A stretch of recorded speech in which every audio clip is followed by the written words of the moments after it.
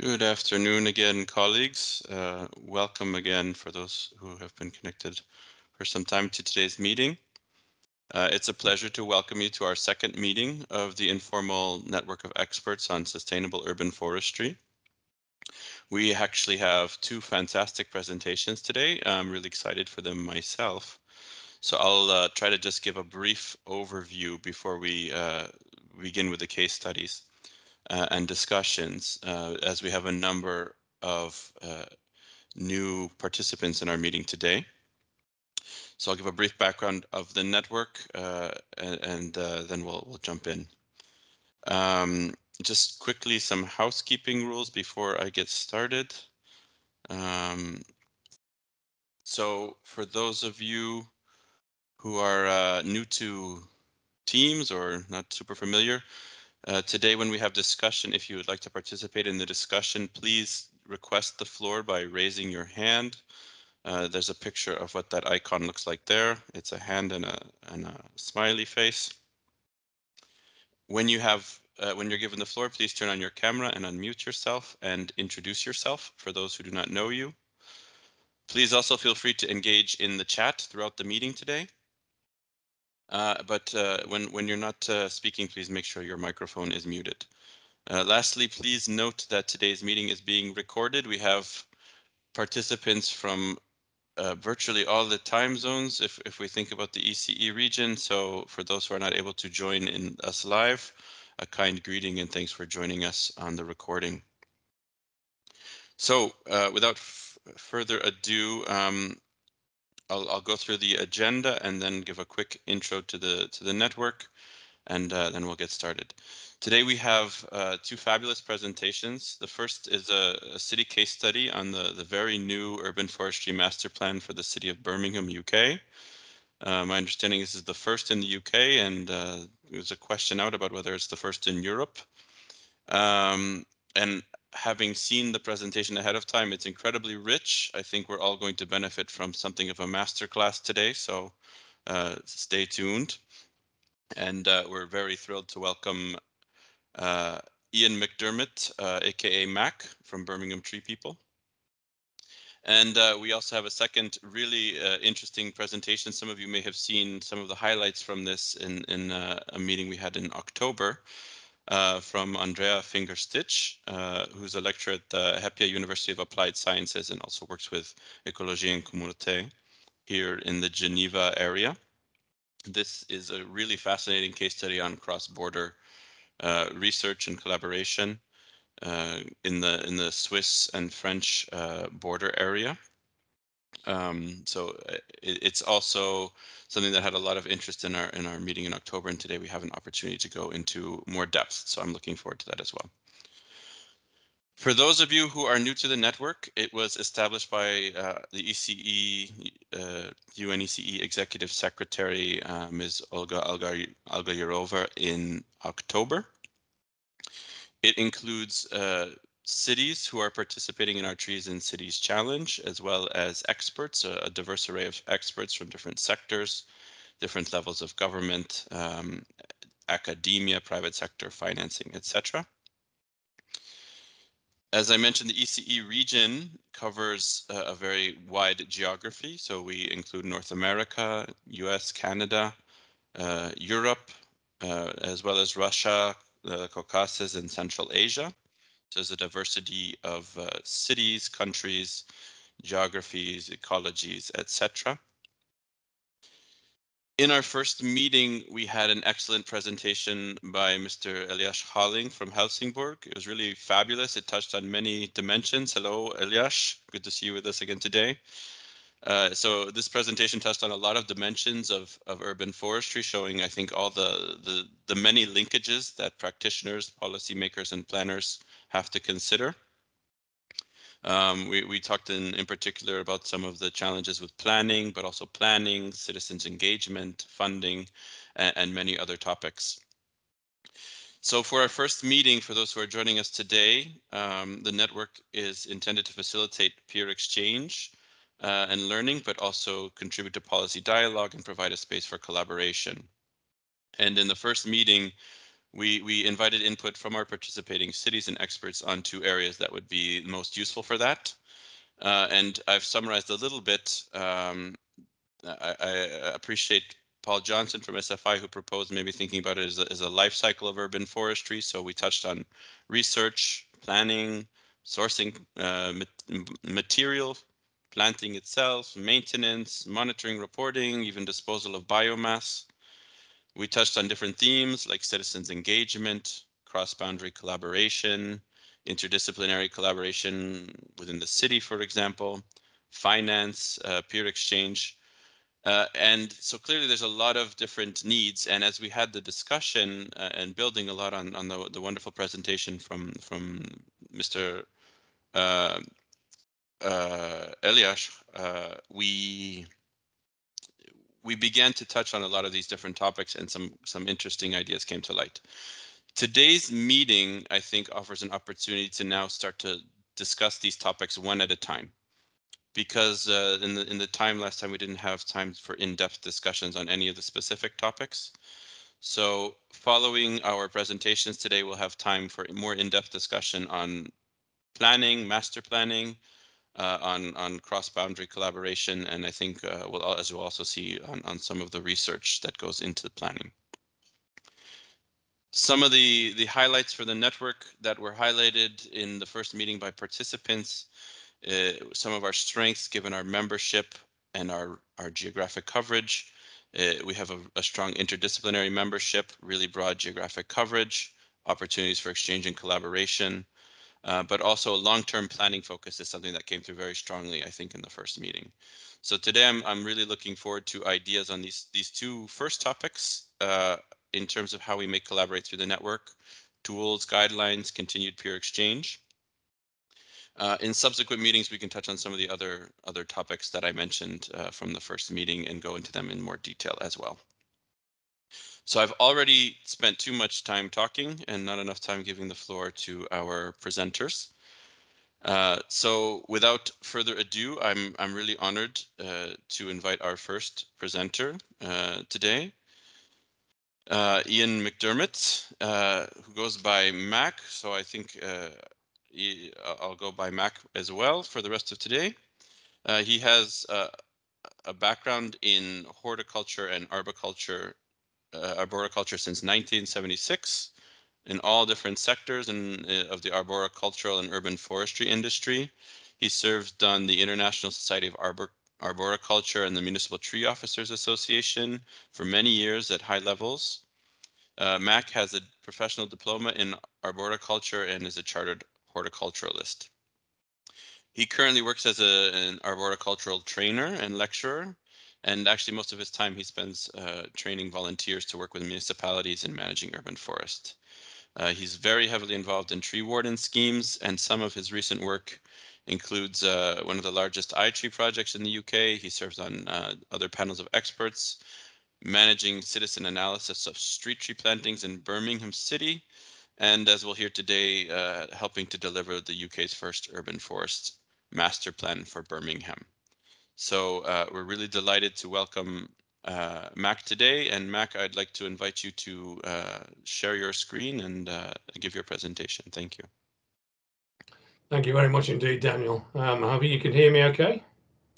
Yes, we can. Yeah, I'll just see if I can select the correct window this time. Have you got my slides up?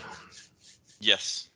Now, I apologise to everybody. I know you should never start a public talk by apologising, but there's several apologies. English is my first language, but it may not appear so to many of you because I have a strong regional accent and I speak too quickly. So please bear with me for that one. And I also can't see the questions that are being dropped in the chat while my presentation is showing. So I'll ask Daniel to manage that for me as we go. And obviously also timing is one of my worst skills. So I'll try and keep to time as best we can. So I've been asked to make a little presentation on the work we've been doing over the last 12 months. And it's great to see Cecil here as well, who probably should have been doing the job of presenting this better than I can. But we'll wait for those incisive questions from him later on. So growing a green city, this is the slide we've been using for many of our presentations. And And that the idea we picked this picture because it just says that there's always space to grow another tree. And we got a couple of bits up. So obviously we've been working with Birmingham City Council. We are a tree city, but I'm representing Birmingham tree people today. And we were the contractor in this, and I'll explain a little bit more about that process as we go through. Hopefully Daniel will be sharing the links to this document. It's now live. So the master plan itself has been published. It was adopted before it was written. And it's kind of one of those backwards before forwards. And we had cabinet approval from the city to do this. So it's already in an adopted state. Excuse me. And there's a link for this to download should you wish. And there's obviously, of course, our self-promotional picture. I'm hoping you can see my pointer, which is the first Tree City Award we got back a couple of years ago now, which is one of the drivers for the whole of this process. And most of the main players are on this picture, and we'll come to them hopefully a bit later on. I would say from the outset that this is the start of our process, and we accept that. There's been some questions about how much resources one of these takes to do, and we don't think that was very much at all. But it is the start of a very long journey. And what will flow from the master plan will be all the details and how we measure those and how we present them. And again, a little bit towards the end of the presentation on how we're approaching that particular difficulty. So I thought I'd just start about sort of defining what a master plan is. And what we're hoping to do is not to lose too much in semantics here. We just call this a master plan because it tends to fit that definition better. We don't care what you call it. You can call it Bob, as long as it does what it's supposed to do and delivers the outcomes that you're hoping for it. And we'll look at some of the issues around other tree strategies, certainly within the UK, as we go through this presentation. So we've just got this as a future destination that provides a fair amount of detailed information along with recommendations and appropriate resource recommendations that would inform the community and its tree managers on how to plan a route to achieve full stocking. And this very much is coming from a third sector position. We are part of the community. It hasn't been drafted directly by the city officers of any description. They've been our client, but it has been drafted by a panel. I'm getting some messages of bad network quality, so I'm hoping this is okay. Yeah, it's great. Thank you. Yeah, we're okay. We're just going to explain what full stocking is as well before we move on. So this is our formula for full stocking, and one or two of you may recognise this. I've got the references in the notes that are being presented afterwards, and this is our magic number. The overall requirement for us is to increase the tree planting. And N is the magic number we're looking to do. R is the number of trees that we remove every year. V is the number of vacant pits we have with any geographical area. And G is the goal, is the number of years to actually plant full stocking. And we may have 100% or 90% or 80% of stocking. And S is the number we divide by, which is the amount of trees that survive each planting. And we're running at about 80 to 90% in Birmingham. Once we've got this side of the calculation, we can calculate the number of trees we need to plant each year.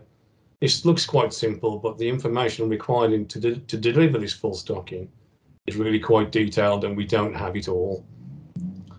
So moving on again with the actual what is a master plan and what is a tree strategy. I've stolen this information largely from Philip van Wassenaar and again also from Davy Trees, who made this presentation with us some while back. So the first three columns are theirs and the last one I've added in ourselves. So we think the tree strategy, we've had a metrics on the left hand side. So the tree population, tree strategies are normally public trees. Master plans are public and private, and Birmingham was public and private. This information you can digest later on should you so wish. And again, the tree strategy is normally drafted by the city staff, master plan by all the stakeholders. We did this with all the stakeholders plus regional input and some international expert input. Some are on this talk. With tree strategies, much of the goals are a wish list, and we'll talk about that in the next slide. And then we have a master plan shared vision. And what we have here is an accepted wisdom from previous publications, plus the vision from our stakeholders, which we combine to drive what we consider to be where we're going in 30 years' time. 4 to 6 weeks is mostly a tree strategy. It's a sit-down officer who writes it all up and presents it as a fait accompli. The master plan, 9 to 12 months, and ours indeed took 12 months. Timeframe implementations, often with tree strategies, they'll be 5 or 10 years. Some of the case studies in the UK that were put up as best practices were 10-year tree strategies. A number of them have been reviewed recently. Master plan, again, 10 to 30 years, and ours was 30 years. The prices are, again, are taken from a previous publication, so reasonably cost effective in a tree strategy. They can be hugely expensive depending on who you have to do them and how long they take. But this was the price that was charged to the city for the Birmingham master plan. And then just the principal differences. I just wanted to highlight that one box really. Outcome measurements. With tree strategy, there's usually no measuring. And again, we've just seen a couple of very big tree strategies republished after 10 years with no measurements from the previous strategy and no more proposed in the new one. What we've tried to do with the Birmingham master plan is to not use it as a technical manual. That will follow in the documents that flow from the master plan. We've referenced current policies, but we haven't necessarily introduced new policies. But we have made suggestions for where they should be, where the gaps are, and they should be filled. All the key performance indicators are allocated to a responsible body, whether that be an officer, but generally speaking, it's a group of people, whereas the tree strategies don't normally do that. Our KPIs are all have set time frames, and we try to say, well, we will do this by a certain time, excuse me. And we'll aim to allocate those to a responsible body with a set time to turn the project out. All the outcomes are performance rated. So one of the difficult things for many authorities is to say, we're not doing very well. We'll try and do better, but we may not. And then the big one is possibly overview. A tree strategy tends to have no overview. It's just an internal document, whereas our overview for ours has been handed to the tree board, which came about via the same cabinet approval as this master plan did as well. So just to point that out, the obvious, what I've just said, a goal without a plan is just a wish, and many tree strategies are just wish lists. Once you've written down your dream and with a date, it becomes a goal. And this is a quote I've taken from somewhere else. It's referenced in the notes. And then we have a plan, and a plan backed by action makes your dreams come true. And we're hoping over the next few years that's exactly what will happen. We had a vision that came out, and again, thanks to Cecil for this one largely, the vision came out quite early on, and then we went out to consultation, and it remained consistent throughout. But I've just drawn down having more trees for Birmingham. Clearly that delivers benefits, health, nature and climate change for all the communities within the city, now and in the future, as part of an inclusive and sustainable urban forest. We didn't go for one of those catchy titles. We went for something that said exactly what we were trying to achieve. So this again drills it back down to more trees, which is pretty much everybody's goal. We've just got a little bit more difficulty in how we do that. So just to lay out who we are and how it worked, so there's an understanding. We were the contractor. City was a client, obviously, and Treeconomics, who Cecil was engaged with, were the subcontractor to us, and that formed the steering committee. And we drove the programme through from day one, running the engagement workshops and going back to the city and each stage seeking approval to make sure it was okay. But all the way along, the community was the customer. And just a quick timeline breakdown. Tree people petitioned Birmingham quite a long time ago about improving their tree management standards. There was a tasking committee in 2018, but nothing really got kicked off for 2 years after that. The city approved the programme, but it sat on the shelf because there were no resources to deliver it within the city. So we approached the city and sought funding, and they gave us the money to deliver the project on their behalf. And then we worked with the appropriate tree officers. So we were awarded the contract in lockdown, and we delivered it again in lockdown a year later. So it's quite very simple. There's a much more complicated timeline if anybody's interested, but that's basically it. We went out and gathered all the information in the early days. Places like Islington, there's a guy called John Ryan, who's a fantastic tree officer at Islington. They've got lots of great work. I don't mind admitting that we took some of their ideas. They have a number of different policy documents you can see on the pictures. We took some of that information and decided to use some and not use some, depending. We took other information from around the UK. Manchester have got a great woodland strategy. Mersey and North Cheshire have got a great vision statement. And again, in the Mersey Forest are also doing some fantastic work around these kind of strategic documents. Most of it, though, I have to say, did come from the US, who are more used to master planning than we are. So the processes were largely stolen from them.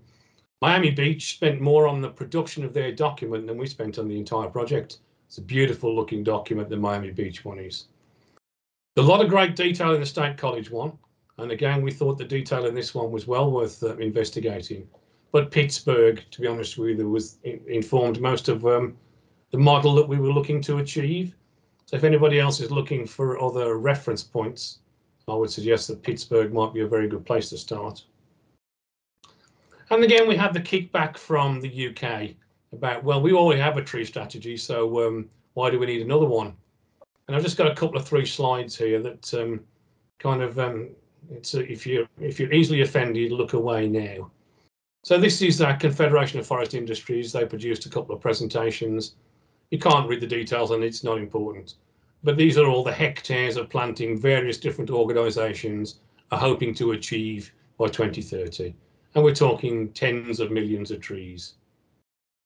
Solihull, neighbouring authority to Birmingham, produced a strategy 2 years ago, sorry. And in this was a coffee table book, cost thousands and thousands of pounds to produce, not a single measurable outcome in it. And then we had the absolute definition of madness, which was the Gloucester tree strategy, where they decided they were going to plant 35 million trees in 10 years. It was pointed out that's 10,000 trees a day. After 2 years since this was published, they've planted 10,000 trees. And it's one of these things about number games that everybody's playing. And we were hoping to avoid the numbers game completely and try and just go with establishment and not planting. So we just call this the definition of madness, and my apologies to anybody in here that's from Gloucester or Solihull. There are some accepted wisdoms, and I better get a move on. I've only got a couple of minutes left. So from published documents, you will recognise the circle on the left-hand side. Many people drop the how we are doing. We absolutely didn't for ours. And this is basically the Jim Clark document that we based it on back from 1997, the 3 themes of the Urban Forest Programme, which is trees in the forest, the community, and the resource management. And then there was our own trees and TDAG documents, Trees and Design Action Group, and there are 12 principles.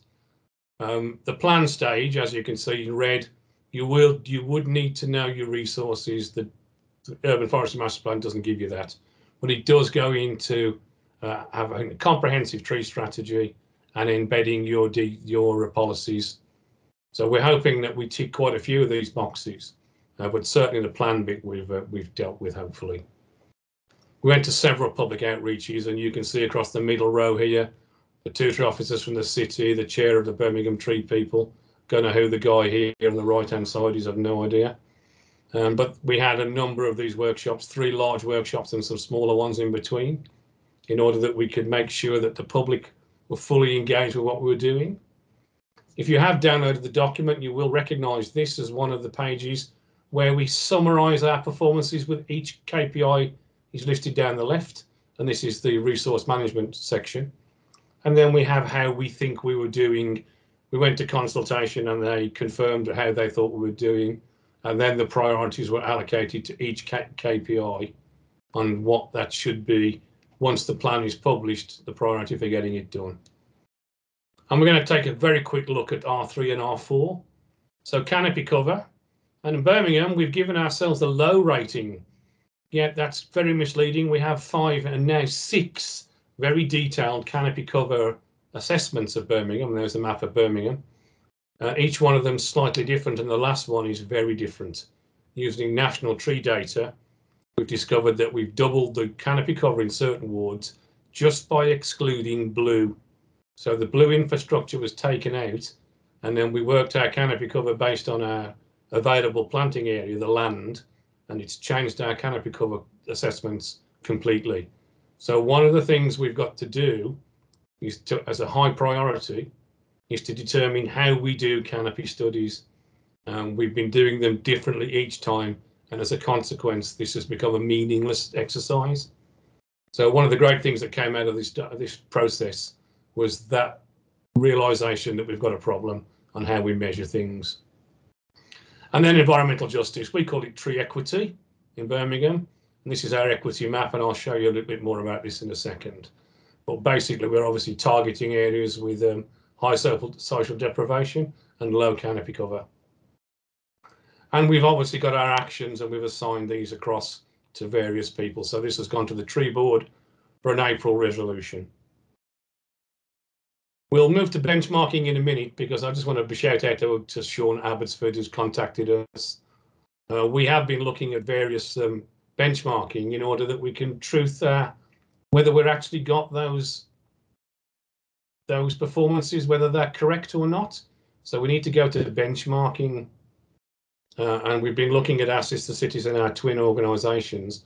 But hopefully this panel will help me out greatly when it comes to benchmarking, whether we've got this right or not. Now it's published and we're working to it, we need to check that we're doing it in a uniform manner. And again, the part of where we are now, we've now moved into the big project. We've done the master plan. Now we have the accepted wisdoms. So I've got this as 30-20-10. We're finished in a minute, Daniel, so I'm nearly done, mate. So the 10-20-30 rule, which is what we govern our tree species collections by, and obviously the 330-300. And we have other bits of accepted wisdoms around monotypic genus, underused species. All these things inform our tree planting. This is the software that we use, tree plotter inventory. So this is our 10-20-30. So you can see straight away, if you can see that, we've got no issues on the 30 rule. The 20, we're well over our target with Tilia, which is lime trees or linden. And then again, when we get down to the species level, we're quite a way over again. And when you drill down further, we have other Tilia species. So we have an issue, and then we've got 11,300 plus lime trees, common lime, across the city. These are only highway trees. I'm not showing you the parks tree data, it's only highway trees here. And then the last bit is our tree equity. And this is our heat island map based on available tree planting space, air quality, and various other factors. And we can target there various wards within the city that require the tree planting. And this is just a quick snapshot of where we are for our tree equity. So we managed to get that R4, although April next year is our target date, we're almost there. And obviously what we'll be working with, hopefully this group and a few others, on those tree report cards. So we're required by the city to do an annual and 5-year review on how the master plan is doing, so we can give a presentation back to the city on this performance ratings against the plan. And I think I'm kind of there.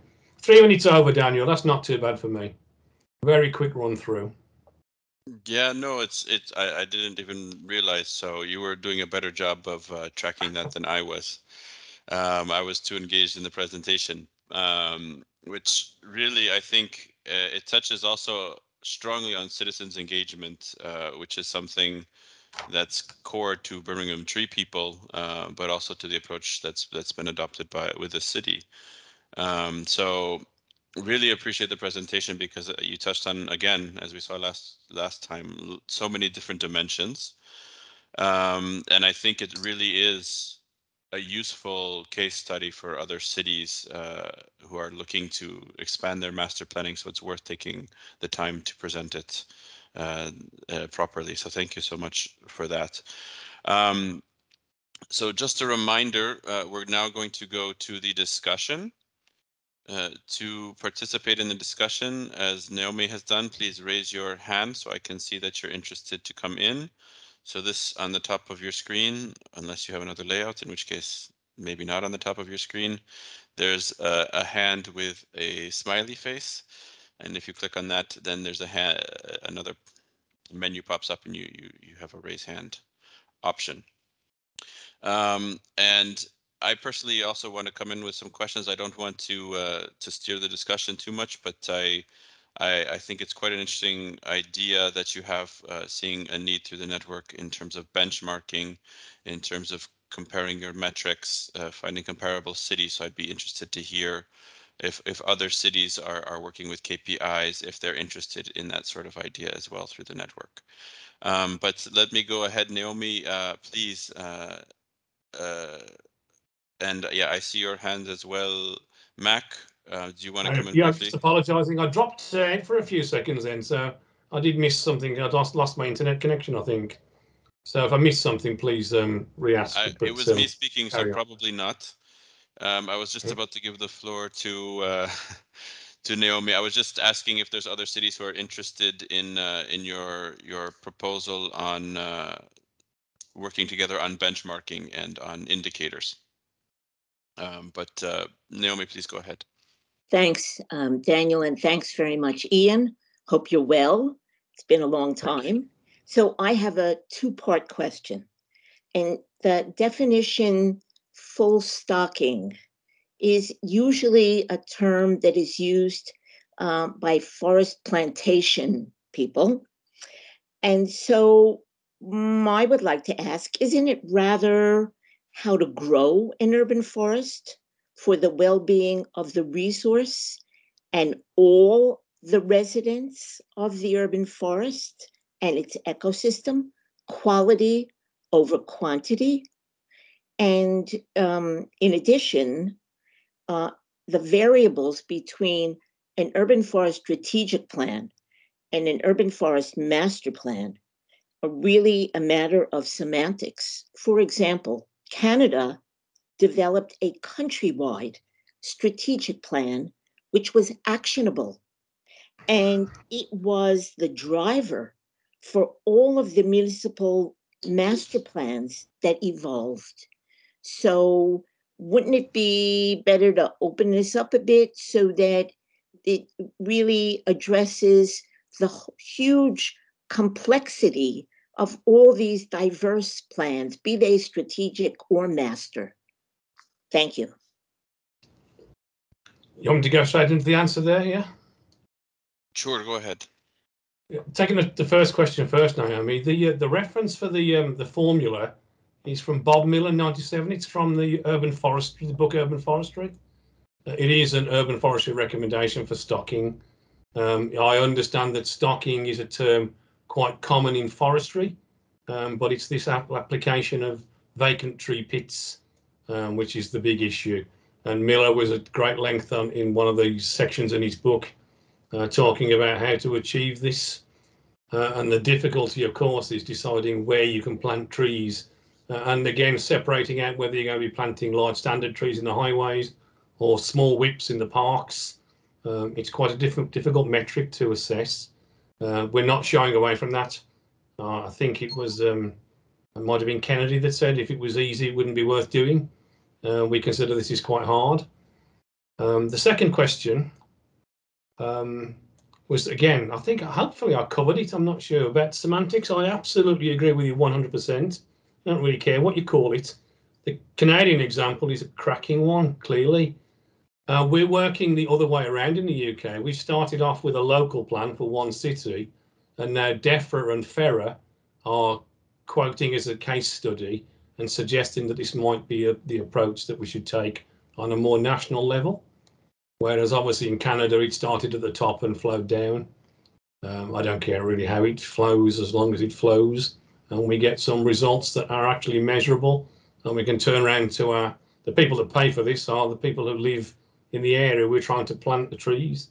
So we'd like to be able to give them an answer and saying we have been spending your money wisely, and this is how we've done it.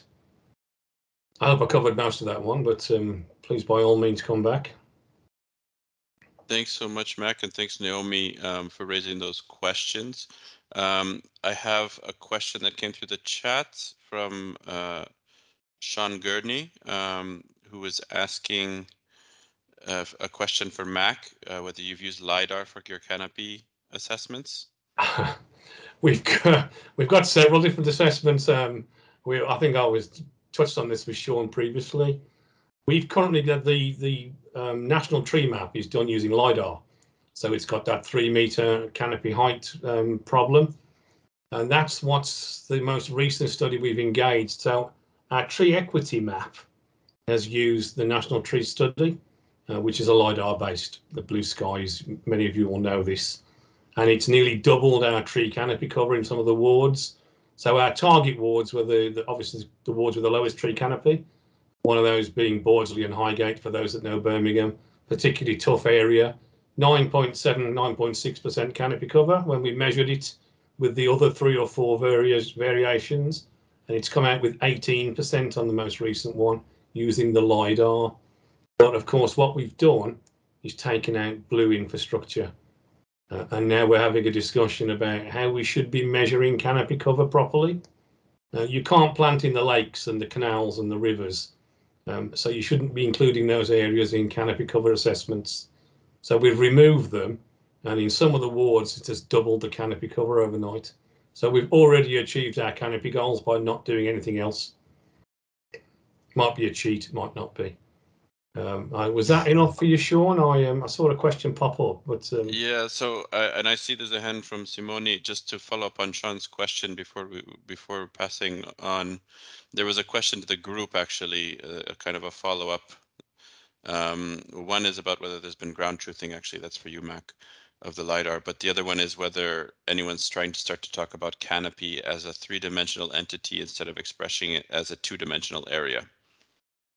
So maybe if anyone wants to come in, it doesn't have to be Mac, but Mac, please, if you want to, also go ahead. We have in another working group that we're involved with, we've had the discussion of what's crown and what's canopy.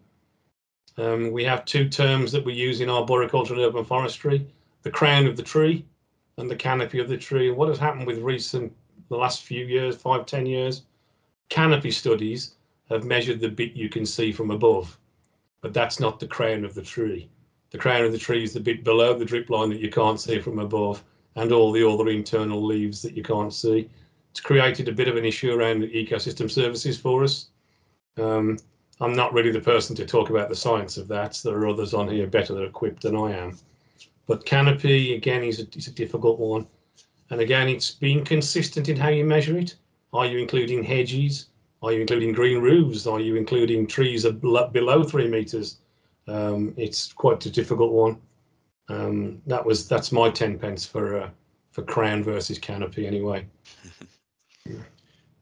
Thank you so much. And I do want to get to Simone. You've had your hand up for a while, so please go ahead. And correct me if I'm pronouncing your name wrong. Thank you, Mac. I must introduce myself. First time here, so I'm Simone Borelli, Urban Forestry Officer at FAO in Roman. Some of you know me, but not all of you, so here I am. So a quick question, going back to the formulation of the master plan. Now, if I read the table correctly, you indicated the cost something like 19 million for the city overall, and I assume that includes a long-term commitment to action. So just wondering, A, what is your feeling in terms of the master plan actually helping raise funds, and how do you see it over the next 30 years in terms of, making sure that the money is actually there to implement it? You caused me to have a major panic there, Simone. It's 19,000. Yeah, I was just checking. I've definitely got my comma in the right place. Maybe I read it wrong then. Sorry, that's 19,000. Fantastic. Well, okay, then let's have the second part of the question. How do you feel this is going to help you actually raise the money to implement the master plan? Well, the cost of the master plan was that 19,000. No, but to implement it, I mean, the implementation. Now there's a difference. I did say at the very start of the talk, this is the start of the journey. We're under no illusions that the majority of the work flows from this document. It isn't the strategy isn't the be all and end all. Most people produce a strategy, job done, put it on the shelf. Let's come back in 10 years. We know that this is going to be a hugely cost heavy to deliver certain parts of it. So we're taking in bite-sized chunks. Birmingham is the biggest Met in the whole of Europe. Geographically, it's a nightmare. We've got huge problems around mostly grey infrastructure. We have a very high BAME community. There's a whole cultural issues around planting. To give an estimate of how much it will cost to deliver the entire plan, we're hoping will come from a relationship with the University of Birmingham. We've got some calls for papers out to them for student placements that will develop our research agenda and will then further cost the plan in its entirety.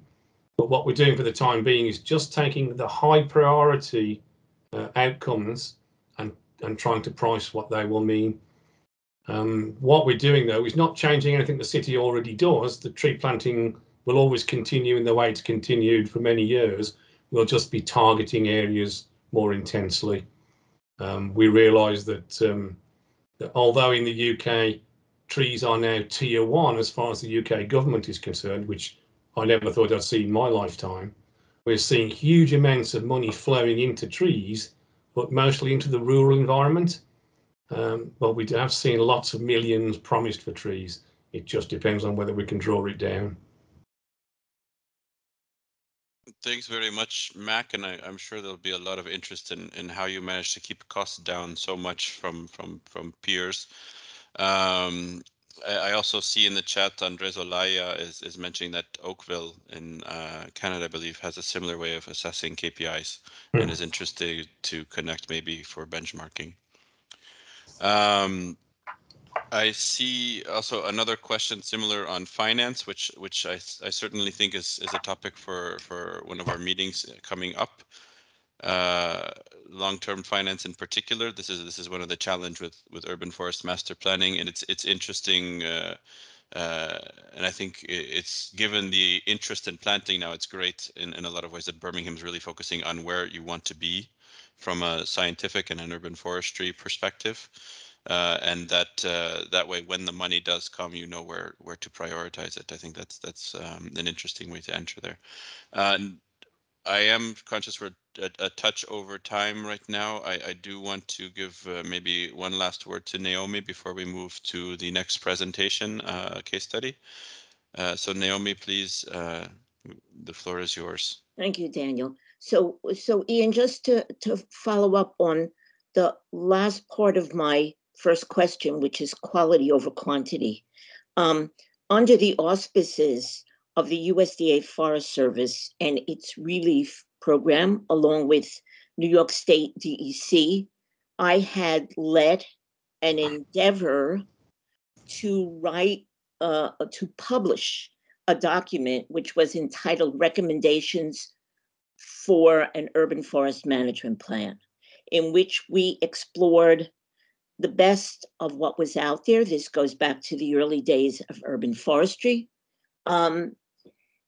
And I've also worked with many municipalities based on those recommendations. I've had to frame something that is culturally oriented for the location in which it will be implemented. And we always began at the beginning, which was planning and designing the urban forest, in how you evaluate a site, how you determine its ability to support tree growth, the positives and the negatives, how you can turn negatives into positives in terms of accommodating tree growth, especially soil volume, and then leading on from there into selection and nursery practices and all of this. So your plan very much focuses on planting.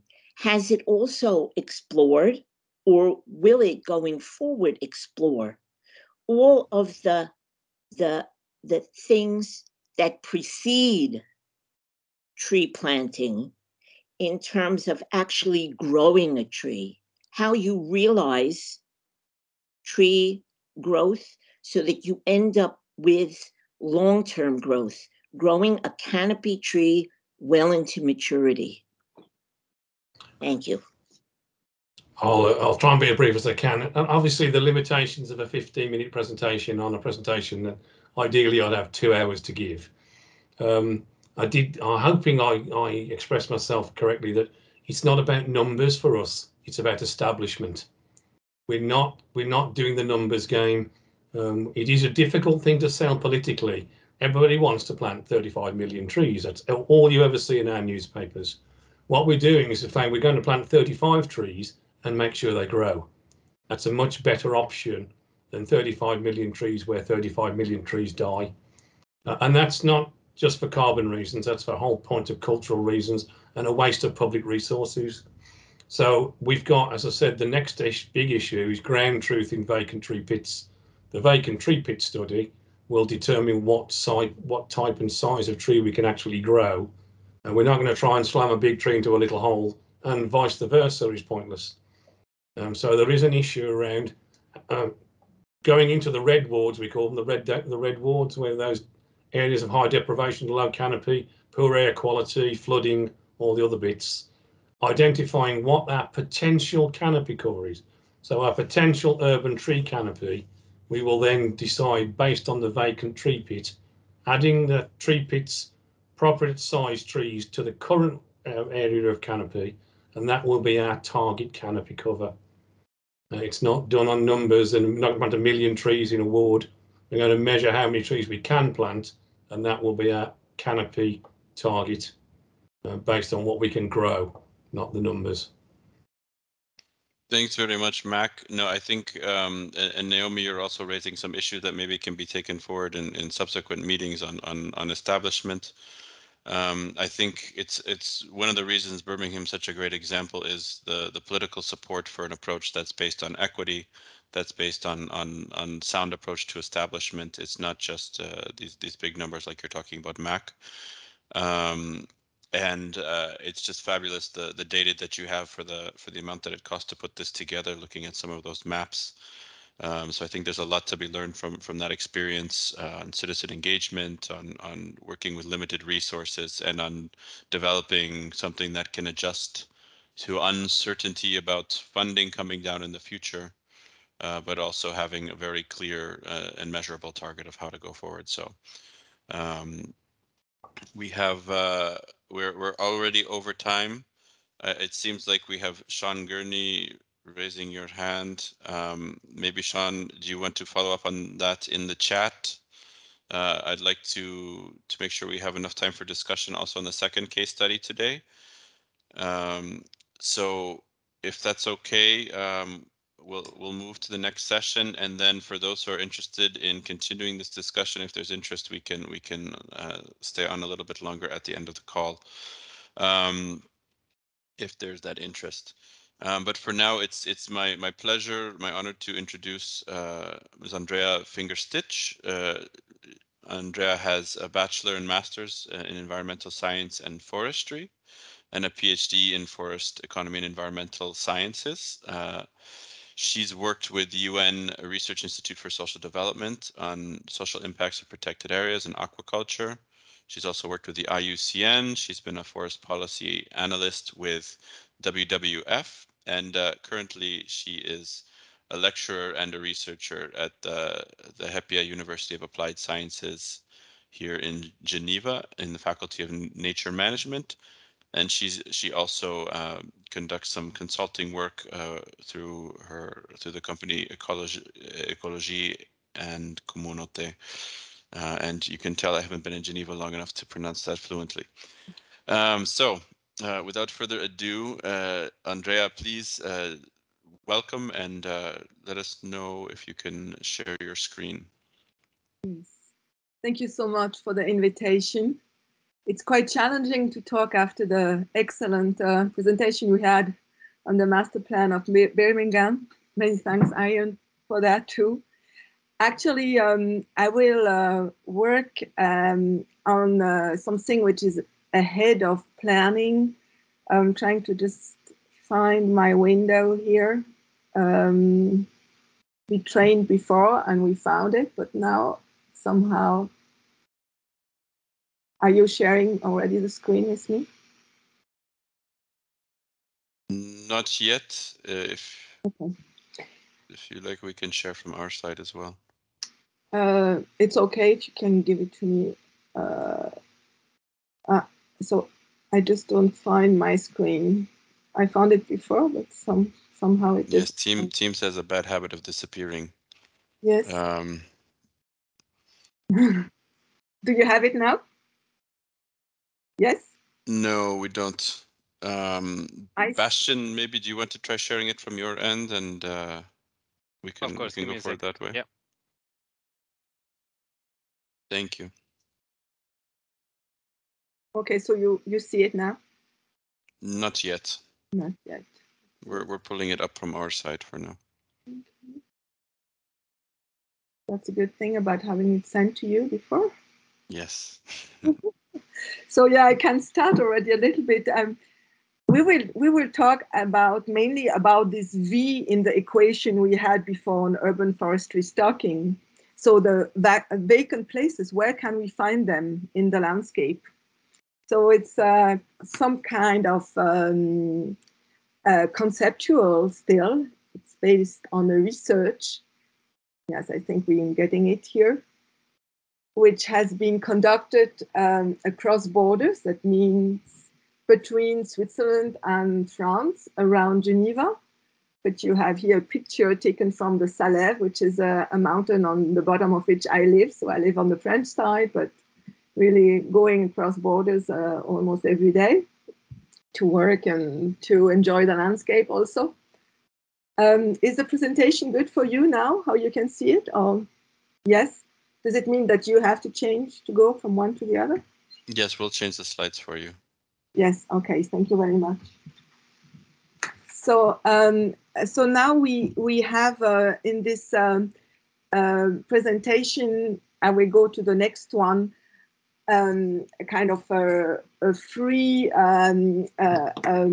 reflection for based on a study which has been conducted with several partners, the Centre Scientifique et Technique du Bâtiment on the French side, with University of Applied Sciences of Geneva on the Swiss side, and also an association who works on the conservation of natural areas in the Greater Geneva, but mainly on the French side of this area.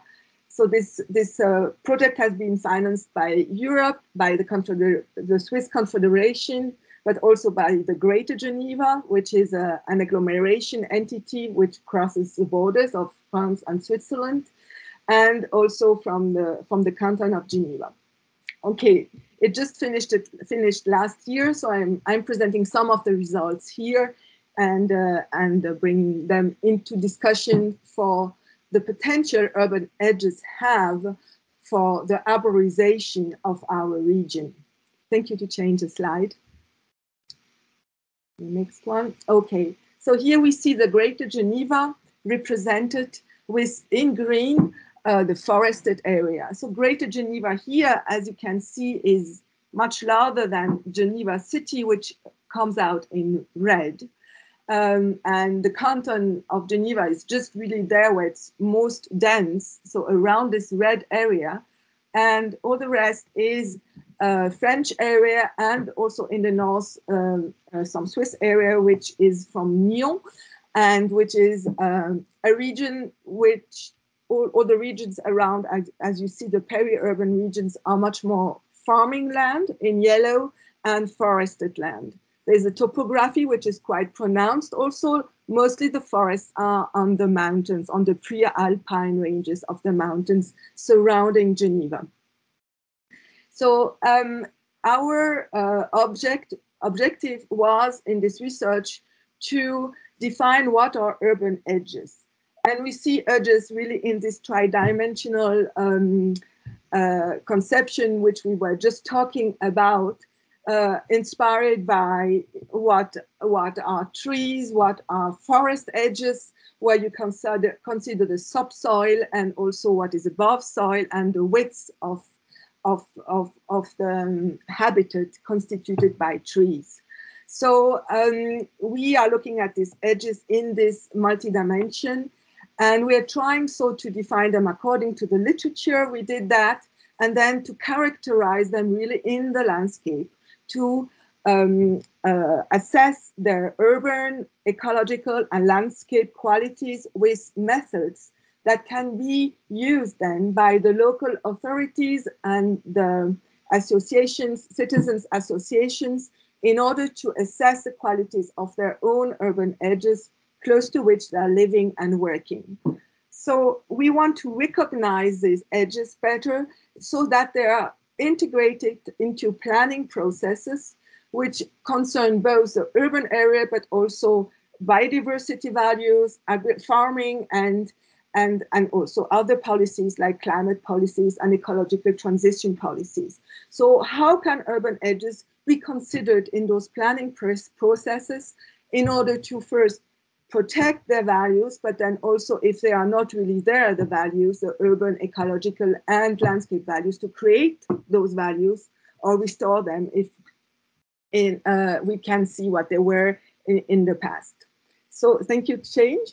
I will then go on with a new tool which has been produced, a GIS tool, in order to monitor the dynamics of the landscape in Geneva and showing actually how over a period of time with 3 campaigns of LIDAR imagery, we can see how the objects of the landscapes, be they buildings or trees, vegetation, have changed in surface and heights. So what you see here represented on this map is a difference in surface and heights, which is moving up for what is red and down for what is blue. By the edges, the contours of the forms, you can tell if it's about vegetation we are talking as objects, or if we talk about buildings. So obviously what is squarish are buildings. So you can see the buildings which have grown in this landscape between these 10 years about, and the ones which have been taken away. So all what is blue basically are trees taken away in the process of densification of Geneva. Indeed, this city is growing very fast, is the fastest growing European area in terms of demography and urbanization. And it means indeed densification, but also urban extension. Thank you to Change. So a second new GIS tool produced in the process of this project is allowing us to kind of zoom at different scales on those transition places between the built and the unbuilt environment. And here we can see that the edges, when you see this how you say, this thickness of about 40 meters. So 20 meters going into the built environment and 20 meters going into the unbuilt environment. In this edge, we can see what are the qualities of the land and of the soil also. So we can see that for this little map, most of the interfaces are sealed soils, meaning very little opportunity today for planting. But there is still a lot of just lawn, meaning just du gazon, meaning just grass, herbaceous surfaces where there is potential for planting. Actually, the interface with forest is pretty small. It is larger with agricultural land. We have quite the peri-urban area of Geneva canton, basically is going into the French side, is mostly farming land. We have, for the canton of Geneva, 12% of forest, which is pretty small if in comparison to other cantons of Switzerland. If you for the greater Geneva area, which is almost 10 times greater than the canton of Geneva around it, we have almost half of it under forests. So we can here see that urban edges, because we are looking at their qualities as something which in its thickness can provide space for a unique place, which can be composed of diverse habitats that can be terrestrial, but also aquatic. and that these spaces can be more or less connected with each other, forming a network which is continuous, allowing some biological connectivity and also social connectivity or not. There are obstacles to connectivity, as we found when we did our field study. We can move, thank you. For the next picture. So here, again, these urban edges represented and studied on around a forested area, which is just at the border between France and Switzerland, and where we see on the right side, with this landscape representation, that on the French side, it is allowed to build very close to the forest edge, meaning that there is a high pressure on this forest by the uses related to the urban and built environment. We can move on. So on the Swiss side, which we have institutions which are in red in this graphic, which are stronger at protecting the forest edges and also the trees, the isolated trees, from construction coming too close to them. So we have rules from the law of forest at the continental level in particular, which requests a 20 meters unbuilt zone around the forest edges, so around the forest border. So meaning 2 meters away from the trunk of the tree, you have the forest border, but then you need another 20 meters left of any construction to protect the forest. This kind of rule doesn't exist on the French side, meaning that you can build much closer to the forest and to the trees, also to the isolated trees, which are less protected. But on the other hand, France has quite strong regulation now for biological corridors and for intercommunal land zoning. And so there are also opportunities for the landscape protection and for small woods protection on the French side. I cannot go into this detail, but you can see that we have at the Greater Geneva level, le projet Aglo Grand Genève, which is this purple loop here, where we have now policies to further land use plans and projections for the cross-border development of the entire territory, French and Swiss. It has been quite a good vehicle to have contracts for having biological corridors protected across the border, running from France into Switzerland or vice versa, for the fauna to be able to move. We can now see also, moving to the next representation, please, of, can we move to the next, please, to the next slide? Thank you very much. If we zoom on the neighborhood level of urban edges, we can see in this example how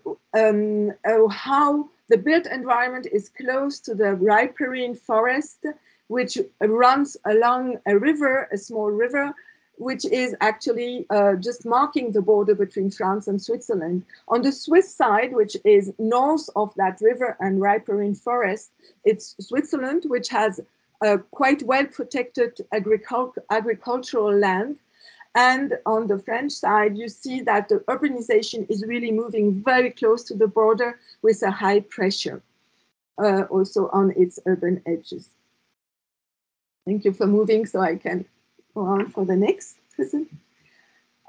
Here we can see the pressure, what it means on the edge with a high pressure, recreational pressure on the water, with soil erosion, with a lot of fences coming into the forest or close to the forest, of built grey infrastructures, which come also very close to the riparian forest. We see here a train, and we see also the farming with a vineyard here on the down right side, coming very close to the residential areas where there is almost no transition area for having some quality to enjoy for both the users, the people to walk across the landscape, and also for the fauna and the flora to develop in this transition zone around the city. So there's a lot of use conflicts in these areas of urban edges, but there is also a lot of potential quality. And we can see here that based on a soil sample transect running across the urban edges, that the best soil is really the one which is under the forest canopy. It is there that we can, with a simple test, which is made with a blade with a visual evaluation of soil structure, we can see that we have an advantage of having trees for maintaining soil quality. And so it is a simple indicator, a performance indicator, if you like, of urban edges measured at the level of the soil. And the soil tells us what the edge can become also in the future. So on the right side, you have an evaluation of the biodiversity values and the ecosystem services, potential ecosystem services provided by the edge, with a simplified method that local users, neighborhoods can use in order to assess the naturality of the edge, the potential biodiversity which can be enjoying this edge and its different habitats, and also the connectivity, how hedgehogs or hamins or other animals can cross and can enjoy the habitat of the edge or not. What can be improved? So it is a method for then allowing really also to propose an augmentation of the qualities of these urban edges. And as we just saw, trees will do best for enhancing these qualities, not only because they store carbon best, not only in the trees, but also in the soil of these edges, but also because, as we have done interviews with people living there, it's really the places where they value the landscape for kind of an intimate atmosphere they can enjoy close to their homes and to their working places. So a forested urban edge has really many qualities for the well-being, also for the people. We are almost at the end, right, reaching the conclusion. Thank you for the next slide. So here, just for the canton of Geneva represented here, again, we see on the left side what are the forested areas, which are in dark green. And on the right side, we have a map which represents the green infrastructure of the Greater Geneva, which has been assessed according to the value of the biodiversity in its different places of the territory, and of the ecosystem services. You can see that it is again the forest which has the greatest values. That means the darker part of the green infrastructure. Now Geneva, so the canton, not the Greater Geneva, Geneva wants to increase its canopy from 21% to 30%. It is in a strategy which is now in discussion. Not yet formally agreed upon, but we are almost there. But where can we plant the trees? Where can they grow? Not only be planted, but grow well. So that's why we propose urban edges to be looked at. Thank you for the last slide. To be looked at more carefully as potential places where we can grow trees. Because we have a very high pressure with urbanization and dense tissue of urban territory, we don't have much space for planting, for growing trees. We have also farming land, which also is protecting itself for food security and sovereignty reasons and the people want to maintain this productive land for farming as well. So we need to find small forest patches, ways to have small forest patches in the urban areas, around the urban areas, across the urban areas, and to play very carefully and finely with this territory, going across different scales, from the larger urban and peri-urban area of the Greater Geneva down to the neighborhood level. Urban edges in relation with the wider regional green and blue infrastructure should be integrated in cross-sectoral metropolitan land use planning, we believe, and it is not yet done. So there's still, for arborization, we think something to explore and try out. Thank you. Thank you very much, Andrea, for a really interesting presentation. I think this is the work on the urban edges is probably of quite a lot of interest. It's quite an interesting case study to begin with in the Geneva area, of course, but I think it's relevant for many other cities. I see some questions coming up in the hand raising, also some comments in the chat. For those who joined the meeting after we began, please just note if you would like to join the discussion. It's open to anyone who would like to join. Please raise your hand. There's the icon on the top of your screen. In Teams, it has a smiley face and a hand, and then you have to click on a second button after that. Please also feel free to come in the chat if you would like to do so. And you're welcome to have questions for Andrea about her presentation and also comments and experiences to share with others. Naomi, I see you're the first to have your hand up. Please, would you like to take the floor? Thank you, Daniel. And dear Andrea, thank you so much, because first of all, the project is very inspiring and the presentation was great.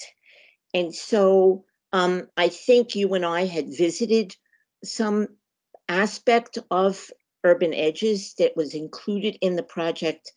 And so I would like to ask, what is the future for the voices of the community that are being sprawled and choose to protect the cultural landscape that exists? What is the possibility of those voices having a stronger input into the planning and design, which will directly affect those lives and livelihood? And is it possible that you and I can do an iTree project which would add to the strength of those voices? Thank you very much. Thank you very much, Naomi. Yeah, of course, this was on our mind. We wanted to have it done during the project, have a teeny iTree plot, you know, and to show how it can be used also in the method for the urban edges. I just need to say again, it was really an interdisciplinary effort. We had urbanists, we had landscape architects, and ecologists working on this project. Some people working on also the microclimate, on the soil we saw, and also on the noise and sound. We measured sounds across with transects across the urban edges. So it's really a multi-dimensional project. And so I went in there more with these three glasses, but there were many other considerations in the project, and so it would be really nice to go on and to strengthen this forestry and tree oriented interest in this project. So for the local communities, it is difficult to answer in general, because really we worked at 3 scales. The Greater Geneva scale, which is really not a strong authority, has no strong authorities to decide what to do with the territory. It can only propose, because we are across 2 countries. You know, on the French side, we have a very centralized governance, where the region of Haute-Savoie has a small say, even to change something around the river we were working on. We had to go back to Paris, you know, to see how we can work on this border. Whereas in Switzerland, it's very decentralized. You're working more with the canton. And so it really depends very much on which side of the border you are, to see how you can work with the local communities. Who has a say about what will change a lot. So it's a real challenge to work across borders. I think my answer is really at the neighborhood level, we have most chances to be more participatory, because that's where the people are really attached to their environment of proximity. That's where it's a place they visit every day, which they see across all seasons, and where they will engage more easily. So it is at this level that more participatory and community-based planning can occur. Thank you very much, Andrea. And it's interesting to see how often community engagement is coming up in our meetings, not just today, our first meeting as well. I mean, this is really something that's cross-cutting our different work. Also, your point on the fact that this is really context specific in terms of how you coordinate across different boundaries, be they international, cities, subnational, etc. And in Geneva, you have all of those and more. I saw a comment in the chat from Cecil, kind of marveling at your stakeholder analysis. I just had my eyes water over a little bit, but I'm wondering if you could also kind of just clarify a little bit. I mean, how did you coordinate this project? I know it wasn't just you, but I mean, this is a 5-year project, I believe. I mean, what 3-year, what coordination mechanisms were there? I mean, if I'm a city, I might say, yes, this is fantastic, but I don't have the resources, and this seems really complex. I mean, is this feasible in other places? Yeah, I think it's feasible, and also we would like that our GIS tools, for examples, can be reproduced elsewhere. And so I'm really very thankful for the entire team who has worked on it, and it is almost 30 people who worked on that. So I think it is of course it's context based, but we really had proposed methods which should be reproducible in other territories, and we would like to have a scientific publication in English which synthesizes these tools, which can be reproducible so that it can be better shared. Now we have all our results in French, big report, so it's maybe difficult for people to, you know, from elsewhere to grasp. So what can I use in my territory? So I hope we will be able to publish something which can open up more the use for others. I don't hear you. Yeah, sorry about that. No, that would be fantastic. I'm sure there'd be a lot of interest in that. Interested to hear what others from other cities here see as applications there. Maybe it's the sort of thing you need to go through carefully, the documents to understand as well. I see a hand from Cecil, also some comments in the chat, but Cecil, maybe do you want to come in first? Yeah, just a very quick comment to kind of follow up on this. Andrea, thanks for a great presentation. I mean, these areas, right, the interface between the urban and the rural or the peri-urban areas, they're actually extremely important for urban forestry, but they're often a little bit ignored, or yeah, as you say, they fall in between. So I think having some kind of model based on this and maybe sharing that through this network and other networks would be extremely useful, because this is often where a lot of potential exists as well in terms of expanding the urban forest cover, for example. So I really, yeah, I'm really fascinated. I really hope you can write a paper in English about this, so it gets fully accessible. Thank you. Yeah, I think really the green infrastructure map I showed you before is really also something innovative which has been done in Geneva, and it's something which is it's not a planning tool. It's really based on an assessment of the values of the territory in matters of biodiversity and ecosystem services.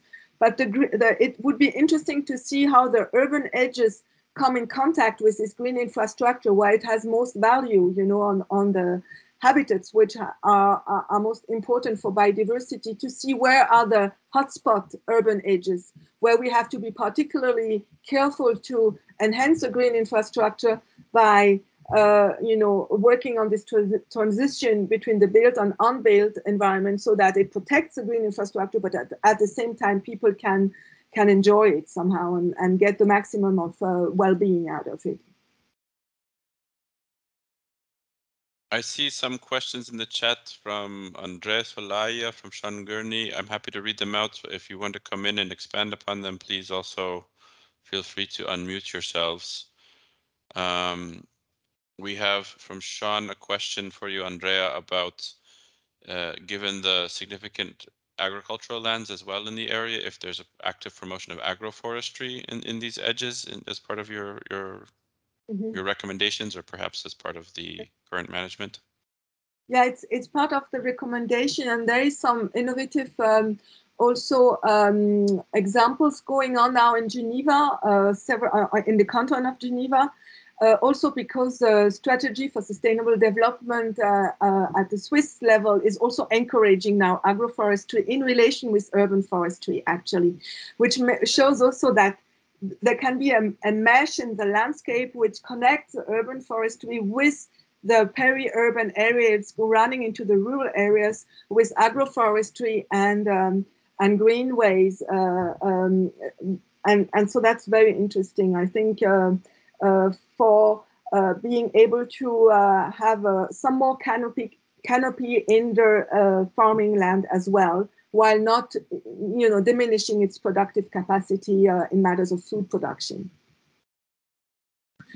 Yeah. Also, I should say we have in Geneva a very good now initiative for planting also pocket forests, small forests, like Miyawaki kind of forests, which is going on. I'm not going to talk about it because others from Geneva should do it at some point. We have a new Plan Directeur Forestier, which is a master plan of forestry. So it's not just urban forest, but it's just the entire forest of Geneva. This new master plan, we have one every 15, 20 years. So they're now coming out in a discussion with stakeholders, acknowledges much more urban forests, and also the narrow forests, the very sensitive forests, which are less than 40 meters wide, and often very close to the urban matrix of the landscape. And so these forests will be particularly looked at now, so that they are preserved and well treated at the edges in particular. And I think building on these points you have about the increasing protections here in Switzerland and France, not just protections, but direction, I think, from policy level. There's a question from Andres about how to match land uses across borders to achieve these border goals. And I know that the focus of your project, Andrea, is still at the policy level. That's still ongoing work. So, I mean, I think this is also a question that maybe others in the group can also come in on if there's other experiences there. But or if there's challenges there, I think that would be also interesting to highlight, building on Cecil's ideas to think about how this can be replicated. Yeah, actually, there is now an initiative to work more on the rural land uses across Greater Geneva, so really across the borders. but it's still in beginning. But that's the Greater Geneva Plan d'Agglomération, which tries to, promote this, running across administrative boundaries to look at how land uses, particularly farming land uses, can be better protected also on the French side, because there we have a lot of urban pressure. It's actually twice greater, the urban pressure on the French side of the Greater Geneva, where there's a lot of construction happening and the farmers are losing a lot of land very fast. I see a similar question coming from Andrew, asking, so that highlighting how interesting the research is, but then how do you translate that into improving national, regional city planning policy, which underpins the future direction of peri-urban forest conservation and city trees? So here we are again clubbed into administrative boundaries a bit. We have in Switzerland, in Switzerland, it's really the canton which has the greatest say in land use planning. So the canton of Geneva has a plan directeur cantonal. It's like a master plan for the canton, but which is there for all urban, for all land uses, urban included. And so it would be really great that urban edges are really included in this plan directeur cantonal, in this, because they are really riding on both sides, on the urban built environment and on the unbuilt environment. So they need to be looked at across sectors. So such a plan would be key for us to recognize better urban edges on both sides, from the urban and from the non-built rural areas. Yeah, as I was highlighting, the links between national, regional policies and planning, I think, are key. And Mac was also talking about these as well. Mm-hmm. This is getting to be a lot of questions for you, Andrea. So I appreciate your patience. I think there's a lot of interest in the topic here.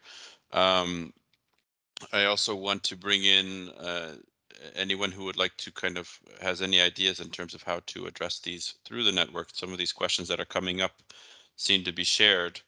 So ideas in terms of how to address these going forward through the network are also welcome. One of the questions is from Naomi. It's in terms of the decision-making processes as well as planning for silvopasture and agroforestry. Is there an educational component for tech transfer to local communities as part of the project? Yeah, so we have tried, especially for the ecological analysis of the qualities of urban edges, to simplify the method of assessment so that municipalities and local actors can use it in order to see themselves what are the qualities of their urban edges. So it's a simplification of methods which already exist, which scientists are already using in part, but to make it more accessible for local actors. So yes, there is something like that, and but we should here also try to be able to deliver it in small leaflets or much more accessible education media. It's not yet there. Yes, no, it's every single topic that's been raised is a lot of work all in of itself, and I think this goes to show as well how your research is really raising the questions that need to be addressed in planning and implementation going forward. And that's why I think there's an interesting link with Mac's presentation as well, because the urban planning was based on where do we want to go, what do we have, where do we want to go, how do we measure it, and this is really foundational for that sort of approach going forward. And so I think it's really worthwhile to think about how we can support this being replicated going forward. This touches on cross-boundary, but this and touches on urban edges, but it touches on so many more dimensions of thinking about where tree planting could be relevant, how to go about it, where to prioritize.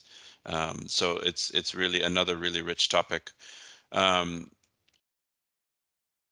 just a question. Yes. Can I keep all those questions here? Is it possible to copy them? Because it's so nice to have. I can share the chat with you afterwards if you'd like. Oh, very nice. Thank you. Yeah. Okay, great. Mm-hmm. Thank you to all for your questions and involvement. It's really great. So we have a couple minutes left in our scheduled time today. I know there were some questions that we didn't get to for Mac as well, so I think you were following up bilaterally, but please also feel free to raise any more questions. But in the few minutes that we have, before I get to kind of talking about next steps for us as well, I want to just have one last call. Today we were focusing a bit more specifically on planning, and we were looking at the cross-boundary perspective. In subsequent meetings, we'll be focusing on different topics, and I'll be sending out an email and maybe a kind of a survey for which topics are of most interest going forward. But now's also your time. You're all here, perhaps out of interest for peer exchange, for the presentations, but also maybe because you're interested in collaborating on more specific topics. So the floor is open for any ideas in terms of how to take this forward. If you think Andrea's work is interesting, how can we take it forward through the network? If you think Mac's experience is interesting, or his proposal on benchmarking is interesting, is there something you'd like to do through the network? Please feel free to share now. Feel free to share later as well in an email. But this is the idea for the network to develop tools, guidance, what have you, that can support you going forward. And I'll highlight one of those in a minute. But before I do that, Naomi, please go ahead. Thank you, Daniel, and thank you to both Ian and Andrea. I think what would be really interesting from the collective perspective is to break this down into the construct of an urban forest management plan. All of its bits and pieces from beginning to end, and divide that into topics where those of us who have an interest in these particular elements, and it's not just really an urban forest management plan, it's an urban and community forest management plan. So you don't leave the rural out, this is exactly what we did in the States. You never want to leave the rural community out, even though they are urbanizing. They don't see themselves that way. So how do you include the entirety? And let's divide this into topics where all of participants in this wonderful initiative can participate from their expertise or their interests. Thank you very much, Naomi. Yeah, and I think your idea to get down to very concrete, specific items for action is certainly the best way to ensure that any collaboration that is done through the group is concrete and tangible and actionable, and not too ambitious either. As we're also getting to know each other still, I think, to some degree. I think the ability to do an entire urban forest master plan or with the community, it's a great way for structuring our thinking. We have to see what is the capacity of the group also going forward in terms of maybe we can't do everything, and there's already a lot of work that's done out there. You mentioned some work that you've done yourself as well. So I mean, I think part of the idea here is, where are we still experiencing challenges, pain points in our work? Where is there opportunities for exchange that can go beyond case studies where we have emerging best practices that we can document, for example, and share with each other, or such as the work that Andrea is doing that's replicable. So I certainly agree with that approach of finding kind of really specific areas based on our respective expertise, and welcome ideas that you share. It doesn't have to be today. Feel free to send an email as well. And I can also then share those with the network to see who else may be interested in them afterwards, to connect smaller groups between meetings, for example, as well, to flesh out some of those ideas and bring them back to the group. Cecil, your hand was up for a minute.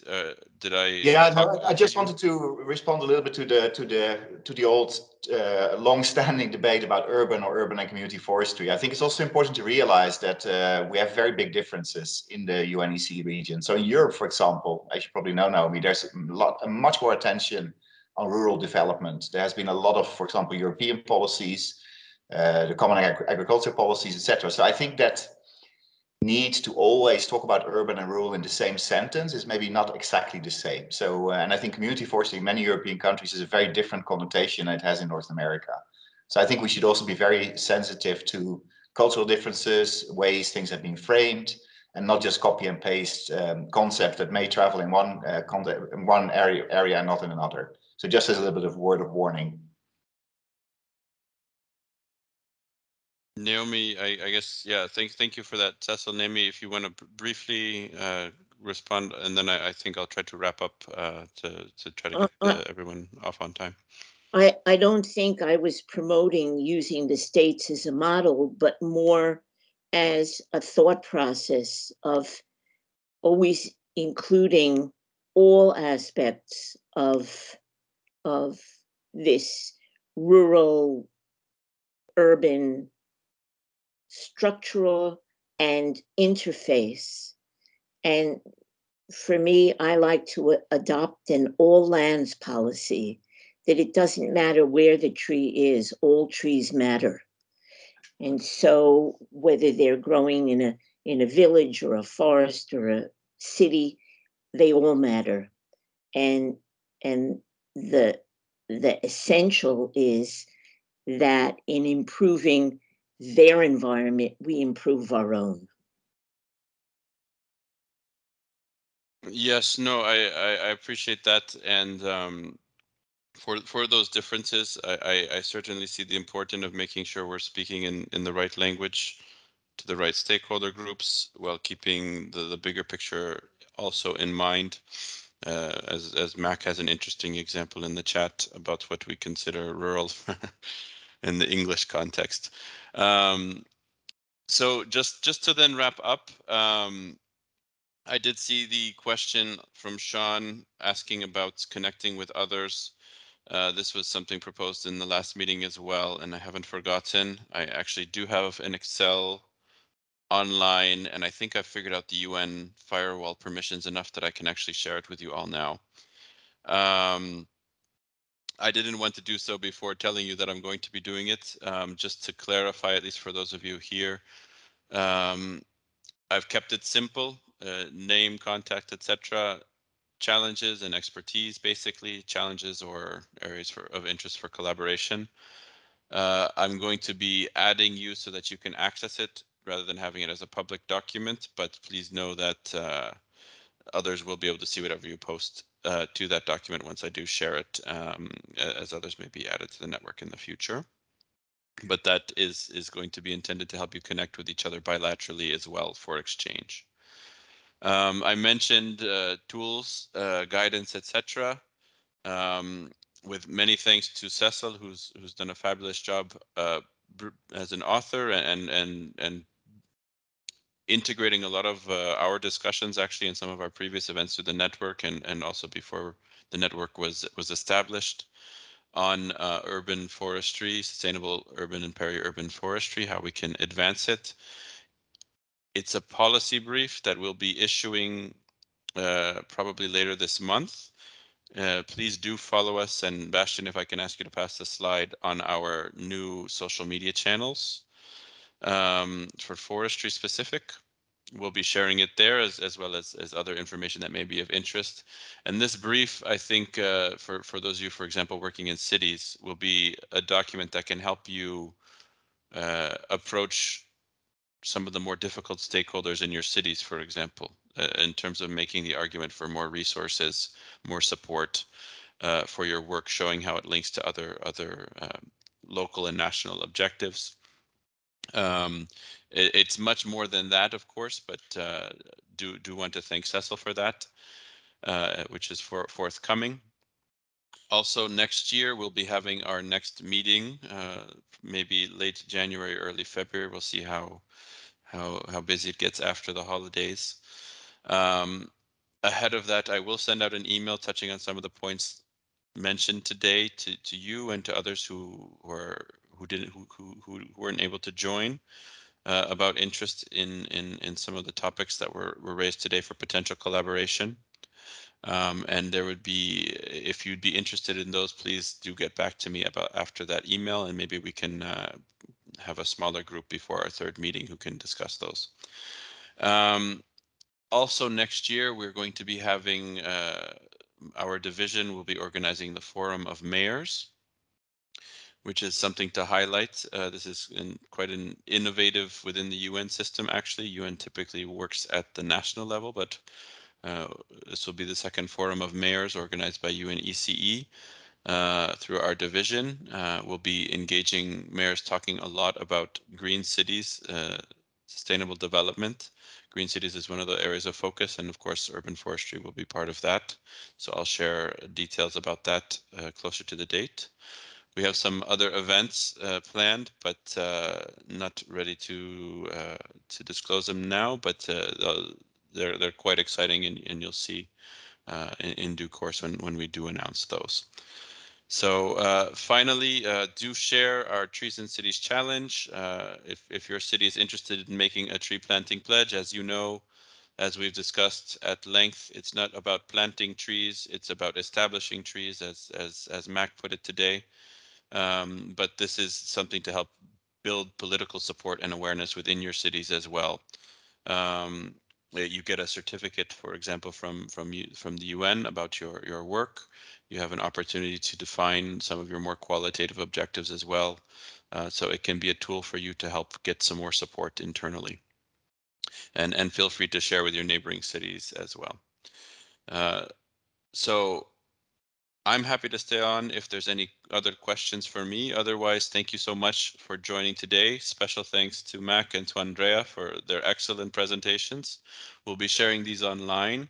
I think these are really useful references in your work going forward or for your colleagues. So please feel free to share the videos as well with colleagues who may be interested.